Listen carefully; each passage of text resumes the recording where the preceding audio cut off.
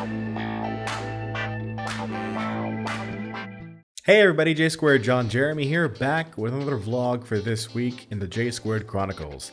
And this week is going to be a little different here because we're now one full month after the relaunch of the channel back in January. It's now February, and I wanted to take the time here in this particular vlog to kind of take a look back and show you all what I do when I'm reviewing the channel's health through the use of YouTube analytics. This is the very first time that I've done this in such an open way, but I think it's important to show because you're as much of a part of the channel as I am here, and I want to show you all what I'm thinking of when I do the things that I do to, I guess, update or spruce up or, you know, make the choices that I make when it comes to the channel. So I wanted to show you guys exactly how that works. So I'm gonna bring up the YouTube analytics here. And the first thing that, the first report that I take a look at here is around watch time. And as you can see right here, we're comparing the watch time from this past month, which was January 1 to January 30 or 31 to December, the previous month. And I can tell you right away, without even looking at the numbers, I know that the watch time for January is going to be higher than the watch time for December because we were actually active in January and we weren't in December. So I can already tell you the watch time is going to be higher. What the real trick is going to be is now in February, are we continuing to grow month over month from January? So I look forward to showing you all this at the start of March to discuss February and January's comparison. But let's still do it here for January and December because I think there's still some story to tell here. So first off, when we're looking at watch time, that is the number one item on YouTube, on the YouTube machine's agenda. People joke, the content creators joke around that there's this, you know, all-seeing, all-knowing YouTube algorithm or YouTube AI that, you know, is pulling the strings behind the scenes and deciding who succeeds and who doesn't. It's not that nefarious, but there is a bit of data that goes into it, and it pulls watch time as one of its key metrics when it does decide how to showcase and suggest content to others. And we'll get into that over time. But as you can see here, we've got over 15,000 hours of watch time in January compared to a little over 7,600 in December. We pull in almost 40,000 more views, nearly double the amount of YouTube Premium watch time hours, and again, we double the premium views. Now, let's dive into the views as themselves. So 91,000 views is fantastic, but I know that our channel has done better previously. I mean, back when I was even more active, we were pulling in, you know, 150, 200,000, even, you know, 300,000 views per month. So I know that we can do better here. I know that I need to do better here, and this data is going to help me do that over the course of time. What this data here also tells me is where people are viewing my videos from. So if we take a look down here, we can see that the majority of people view my videos in the US. It makes sense. I'm a US-based content creator. I post my videos in US time zones. It makes sense that the United States would be number one on the list. Number two is the United Kingdom, and I would just simply assume that it's because I'm an English-speaking channel first and foremost, and it just across the pond, far easy to, you know, just get involved in. Canada, same thing. Sweden and Germany are round out the top five there, and Germany, I can tell you, has been on my list since the very beginning when we first came out with Silent Hunter 5. I don't know. I guess they just enjoyed that submarine content and just stuck around. And Sweden, has been picking up ever since I started posting Crusader Kings 2 videos so long ago.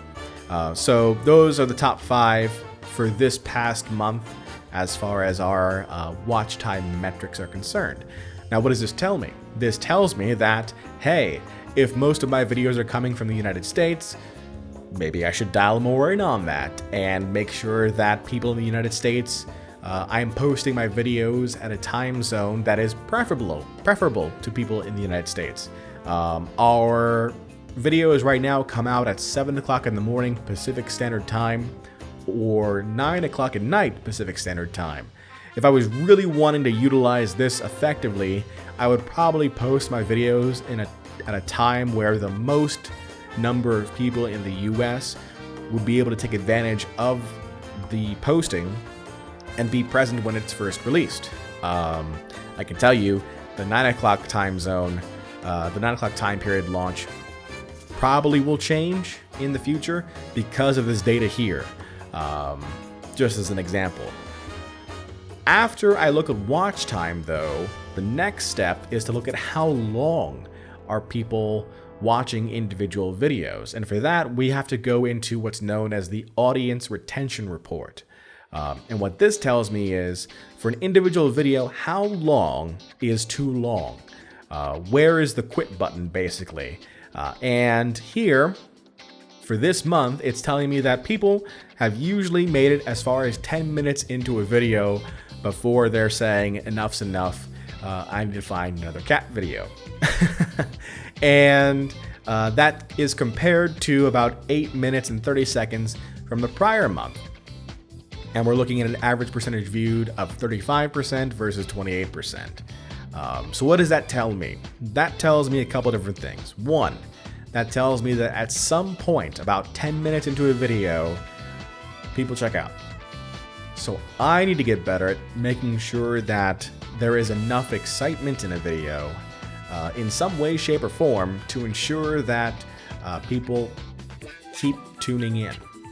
That's number one. Number two, and this was something that was suggested to me actually in a conference call earlier today that I had with someone whose job it is to review these analytics with me and kind of give me a breakdown of what they think are some good ideas. And, you know, one of their ideas was, well, why don't you go ahead and shorten your videos down? Right now, you know, we put out 2 series a day practically, and those series run anywhere from 25 to 30 and 35 minutes. And their suggestion was, well, why don't you truncate that down? You know that people are tuning out at about 10 minutes in. Why don't you truncate that down to 15 minutes instead of 25 or 30 minutes? And I thought about it for a very short time. And perhaps in the future, if I find a piece of content that works well for that time frame, I may test it in the future. But for the content that we're putting out right now, Crusader Kings 2 and Bomber Crew, 15-minute videos don't really work. They're too short to tell a story that I want to tell.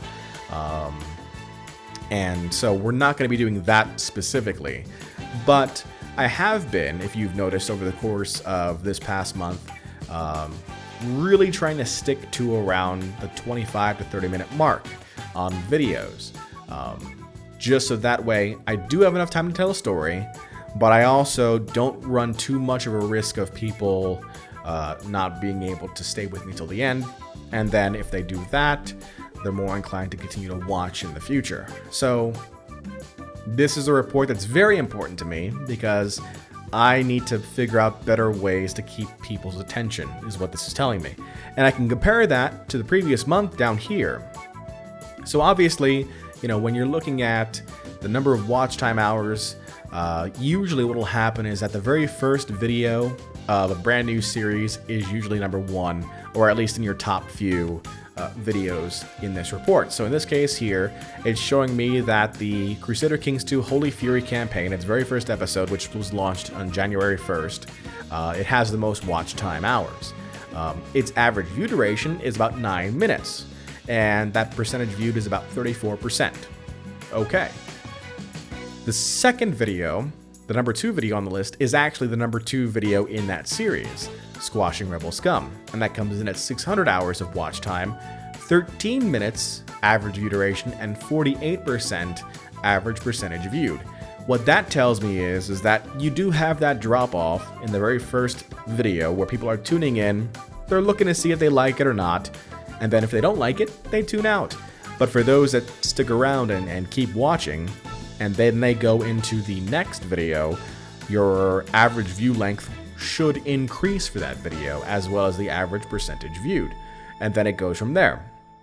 So when it looks like, when you compare that to previous videos, at least for December, when we weren't active, we're looking at videos like the Holy Roman Empire campaign, the very first episode of that, which was launched back in 2014.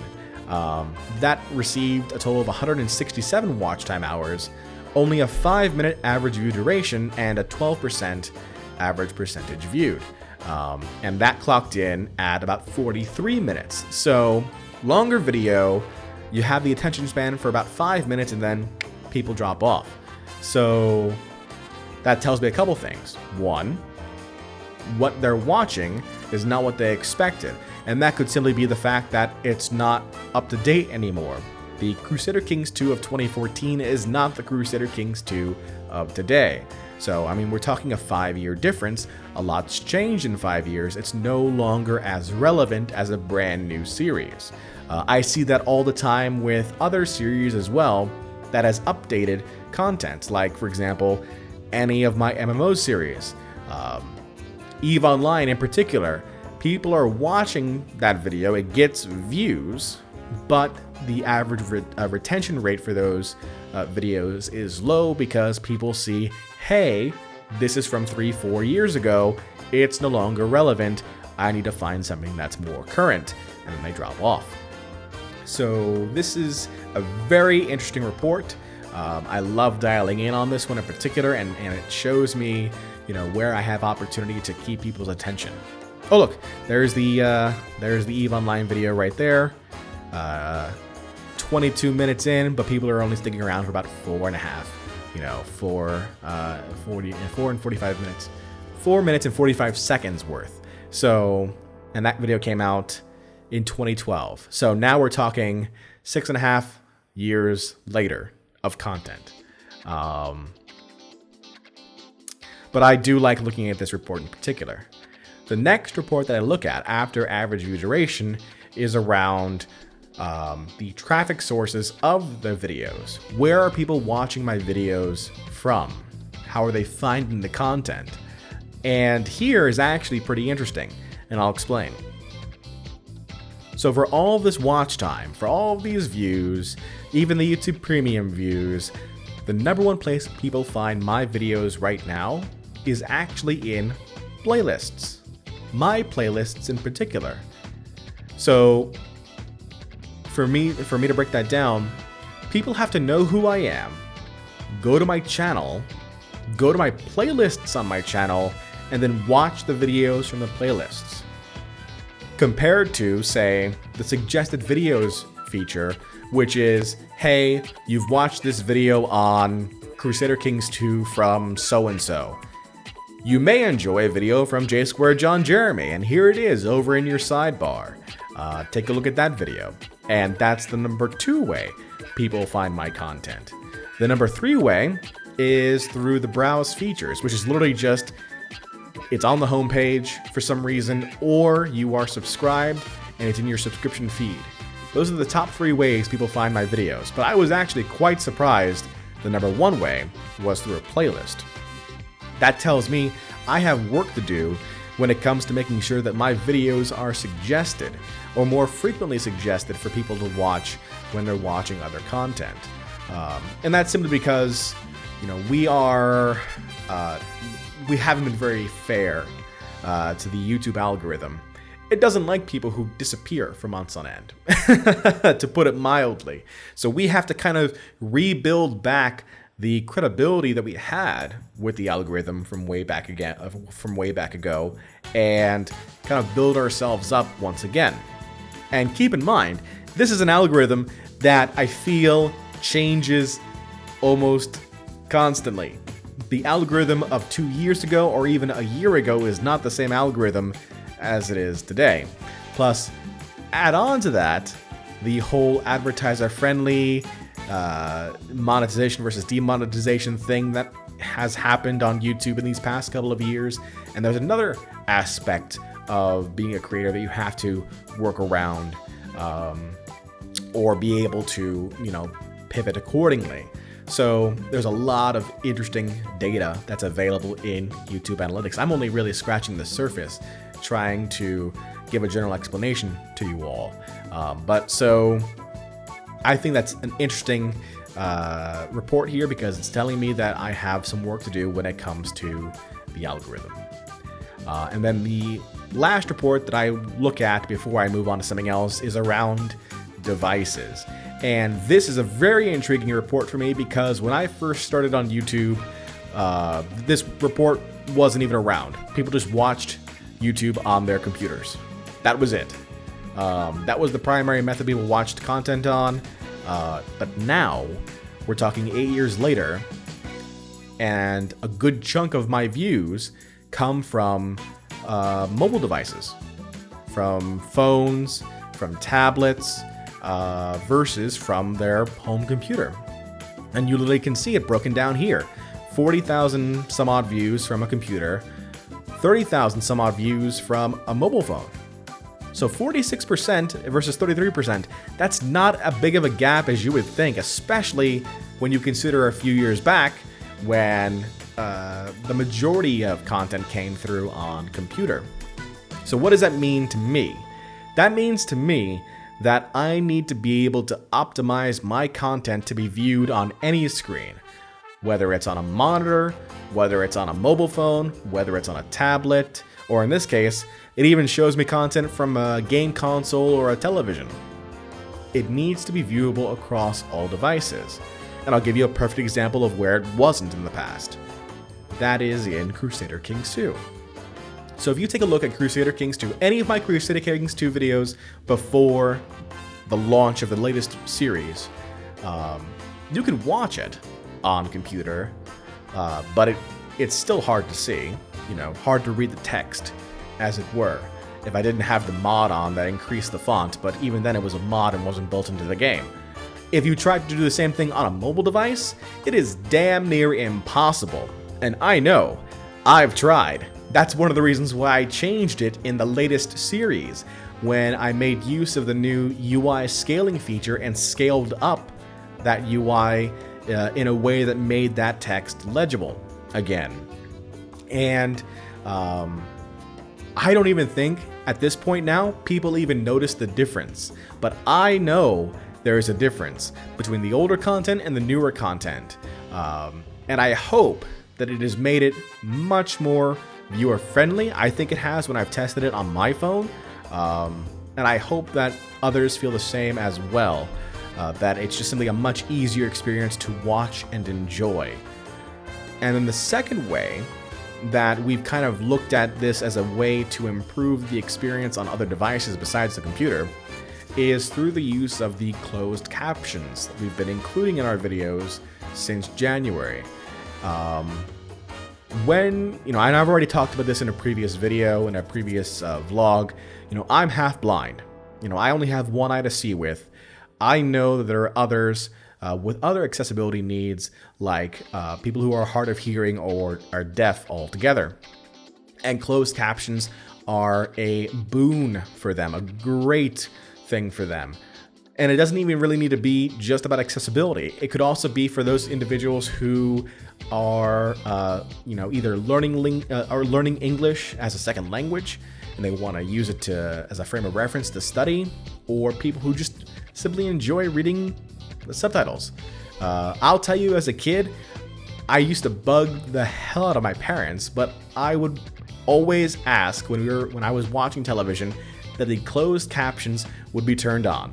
I was that kid. And the reason I was that kid was because I enjoyed reading that much. I think that's why today for me, I don't mind when I watch subtitled content. I watch J-drama, I watch K-drama, I watch Spanish novellas. And I don't mind the fact that I'm listening to a different language because I am used to reading subtitles. So the closed captions are there. You don't have to use them if you don't want to, but they're there for those who do want to use them. And I think that is a big difference. And I think making them ourselves versus having YouTube do the automated closed caption system makes a big difference as well. And for that, I have to give kudos to my two captioners right now, Master Reaper and Ajen. They've done a tremendous job in getting these captions out for the new content as it's released.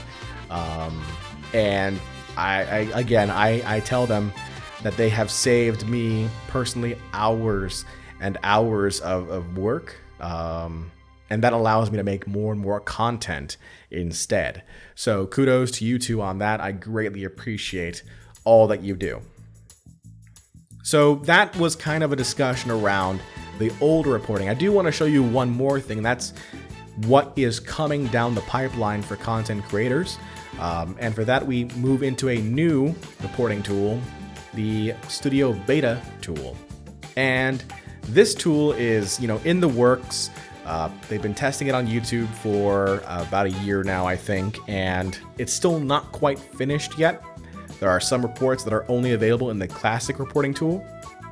But I think that what they're going with this one here is a much more visually exciting tool, a much more easier to read tool for content creators, the majority of content creators, to better understand where the reporting comes in. So for example, impressions were not in the old reporting, but impressions are how many times your video thumbnails were shown to anybody at any given time. And I think that literally just comes down to like 1 or 2 seconds. If your thumbnail and your video was shown 1 or 2 seconds on a screen, that counts as an impression. Then, if we go into the impressions click-through rate, that tells me of all those impressions, the amount of time somebody clicked on one of my videos to watch was about 2.6%. And that tells me that I have to up my game when it comes to the thumbnails of videos, the titles of videos, and the descriptions of videos. When you look at it on mobile, you only see the thumbnail and you only see the title. When you look at it on a desktop, you see the thumbnail, you see the title, and you see like the first line or two of a description. This impressions click-through rate tells me that I have work to do in that space. We can see our views. We can also see our total unique viewer count. So 23,000 total unique viewers have visited my channel in the past month. Now you compare that to the fact that we have about 48,000 subscribers. That tells me two things. One, I have also work to do when it comes to re-engaging with the subscribers we already have on this channel. And two, I need to figure out where the miss is as far as with the fact that we've had a month of brand new content released on the channel and there aren't 48,000 unique viewers for the channel. Work to do. And we can kind of come across, again, the different ways people are viewing my content, whether it's through the playlist or suggested videos.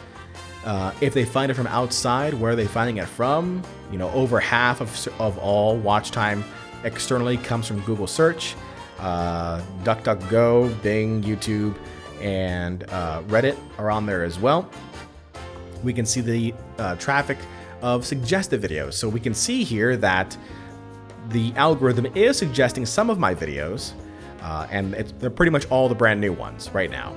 All of the Holy Fury Crusader Kings 2 videos. We can see the traffic sources from our playlists, and we can even see if somebody were to type in these search terms into the YouTube search box, which ones would be the ones that would showcase my content. So, funny enough, Crusader Kings 2 isn't even top of the list. It's actually Wing Commander, which I find pretty amusing, because that tells me I need to go back to Wing Commander and play through some more of those games. And for that matter, Star Citizen as well, when it comes out 4 or 5 years from now. I kid. Or do I? No, I can make that joke. I can make that joke because I've put a lot of money into that game, and I'm just waiting until it's done. I'm not even, when it's ready to be released, I will play it then. But I don't want to ruin the experience ahead of time.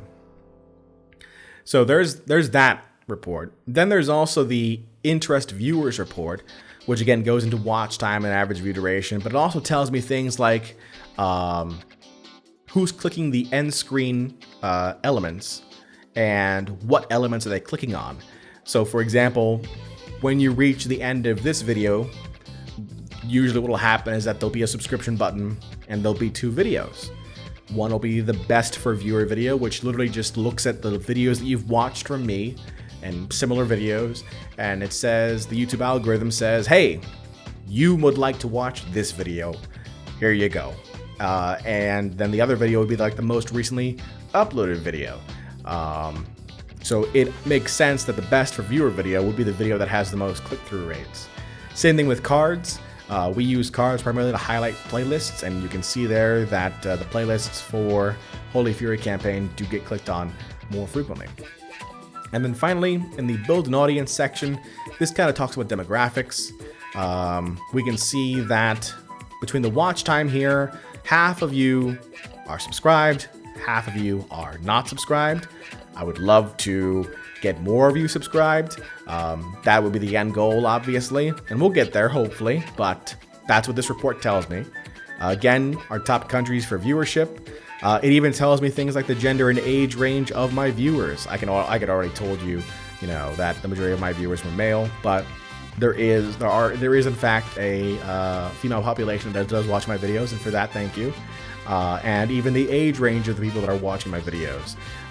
This is important when considering the demographics that you're speaking to. I can tell you that at first, this skewed older, surprisingly enough, because I was focused on older content, and I guess for some reason I've skewed younger now, and I'm not really sure why yet, but hello, all you millennials out there, and I don't even know what the new term isn't even millennial. It's Gen Z. It's Gen Zers that are the up and comers now, and that's just a whole new thing to get into. And then it even shows me, we were talking about closed captions earlier. This shows me that about 3% of our views are using closed captions, and it comes out to about 3,000 total views. And that tells me that for those 3,000 views, we're making a difference. We are truly making an impact for them because they are actively choosing to click on that closed caption button. And if we can do it for those 3,000 viewers, we can definitely do it for more. So I really look forward to seeing that report in particular grow. And there you have it here. I just wanted to show you a little bit about what I look at in particular when it comes to working on my content and trying to figure out how I can best optimize the channel. Now, I'm going on a business trip next week, so I'll be away from my computer. I hope to be able to still respond via my my mobile phone to comments and other things of that nature, but I won't be able to actively upload new content. I still have videos backlogged, so you'll still get Crusader Kings 2 and you'll still get Bomber Crew all that week. I'd love to hear what other topics you'd like for me to talk about during these vlogs. I have to pre-record a vlog, so that way it's out on time for next week. But after that, suggestion list is open. I'd love to know, again, what you'd like for me to talk about. But until next time, this is JSquared John Jeremy signing out, saying so long and take care.